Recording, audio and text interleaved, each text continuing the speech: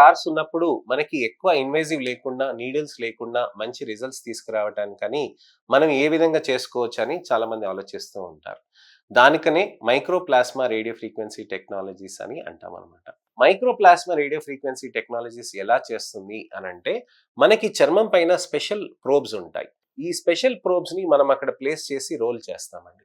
ఈ చర్మం పైన ఇలా స్పెషల్ ప్రోబ్‌ని పెట్టి మనం అలా ప్లేస్ చేసి అలా చేస్తున్నప్పుడు ఏమవుతదనంటే, చర్మంలో అక్కడ మనకి స్టిమ్యులేషన్ అనేది జరుగుతూ ఉంటుంది. చర్మంలో అక్కడ మనకి స్టిమ్యులేషన్ అనేది జరిగినప్పుడు ఏమవుతుందనంటే, చర్మంలో అక్కడ కొల్లాజెన్ అనేది కొత్తగా ఫార్మ్ అవుతూ ఉంటుంది. ఈ ఎలక్ట్రోడ్ అక్కడ మనకి అలా పెట్టినప్పుడు మనకి షాక్ కొట్టినట్టుగా ఏమి ఉండదండి. చర్మంలో కేవలంగా చిటుక్కు చిటుక్కుమన్నట్టుగా ఒక చీమ కుట్టినట్టుగా అలా ఉంటుందనమాట.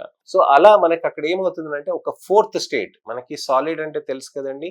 లిక్విడ్ అంటే తెలుసు కదా! అలానే మనకి గ్యాస్ అనేది తెలుసు కదా!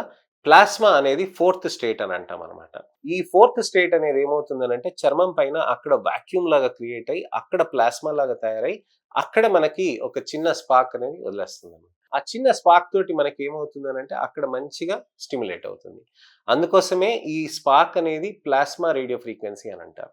అదే సూక్ష్మంగా జరిగితే మైక్రో ప్లాస్మా రేడియో ఫ్రీక్వెన్సీ అని అంటారు. అలా మనకి చేసేయటం తోటి చర్మంలో అక్కడ కొల్లాజెన్ అనేది మనకి స్టిమ్యులేట్ అవుతుందన్నమాట.